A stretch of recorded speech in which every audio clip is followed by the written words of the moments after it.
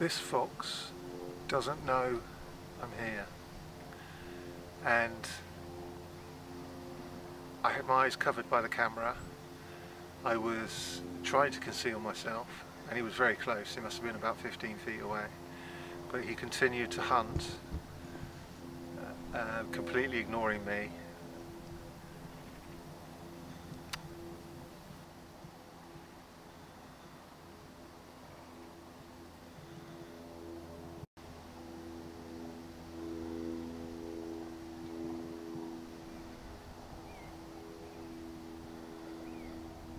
You can see him here. He spotted me now. How cute, but he still can't work out what I am.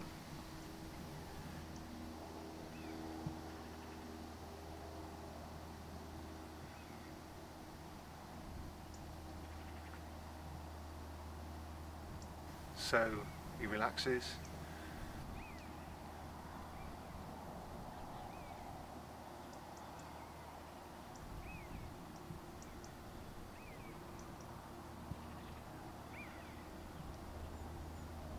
And sits down.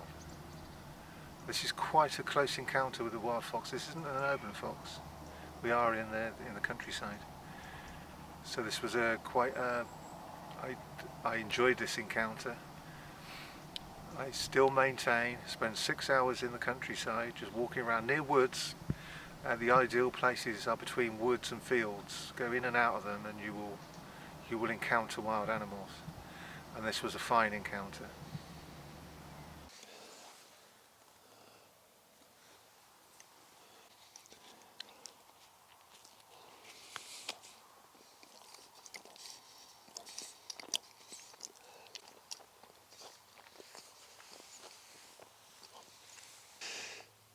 This is parley wood, or parley copse, something like that. It's not the French name parley to converse. It's the Hlyð of the pear. So like Purton, just over the boundary over there, we've got a place name that's based around the growing of pears. It's amazing to think they had pears 13, 1400, 1500 years ago, but they did. And they made perry, the cider-like drink, from it. Now what it is about this area means it's good to grow pears in, God knows. But they did. And you know, I would have thought it'd be just too wet and too cold, but it apparently, yeah. So this is, Hlyð means wood, or means three things: a wood, a clearing, or rough pasture, a field or rough pasture. It doesn't normally mean ploughland, so it's entirely appropriate for this sort of area. But anyway, I'm going to have my rest of my lunch and then get on with the walk.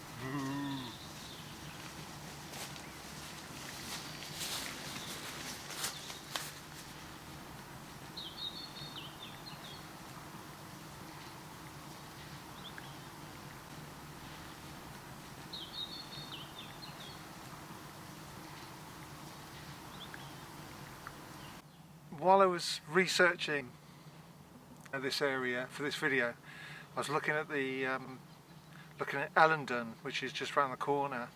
That's the old word for, oh God, what is it? It might be Lydiard Trigos perhaps, I can't remember.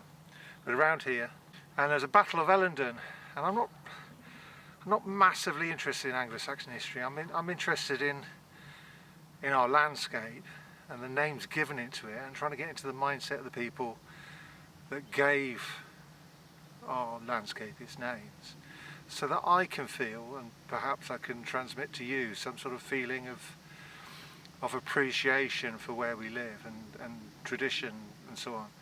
But Anglo-Saxon history, early medieval history, is not really my bag, not massively. So I'm not really interested in what West Saxon king did what. But there was what was described as a dux, which means duke in Latin. A guy called Ludeca was a signatory to a few charters, and what they did when the king was giving away land to his people in the church, a whole load of witnesses, dukes and counts and so on, put their names to it to witness it. And that's how English law works, you know, witnesses.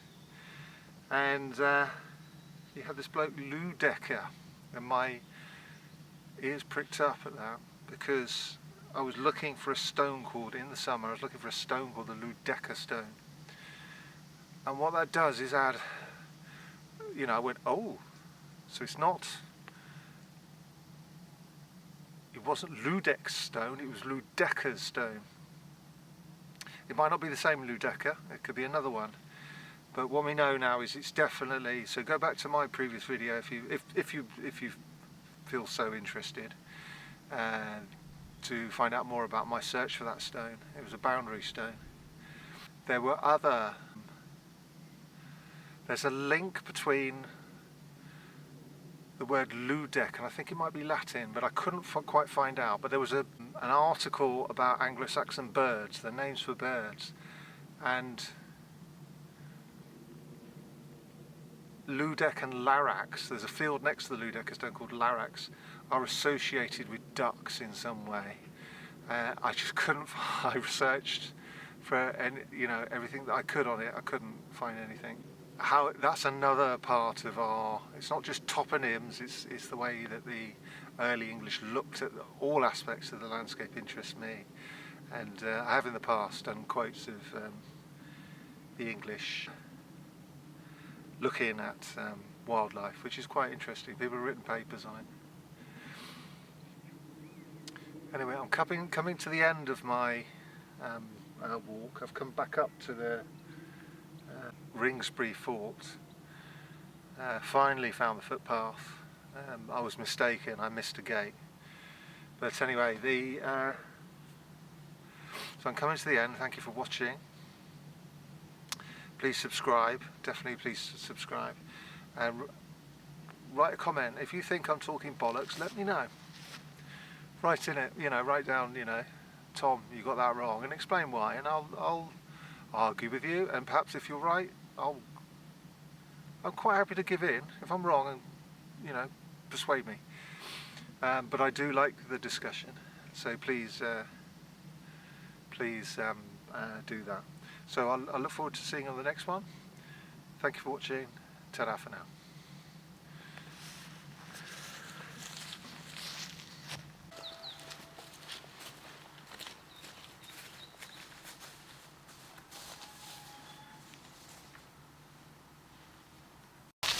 Well, I got a stampede on my hands.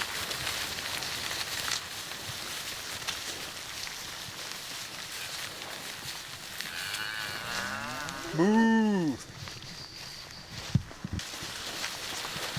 The Lord is my cowherd, he leadeth me to what pastures? Can't remember.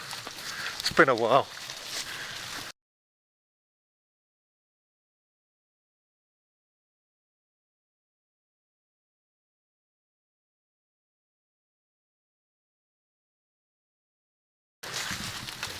Sorry, I'm not leading you to new pastures. I'm not. Sorry, I'm going to climb over this gate.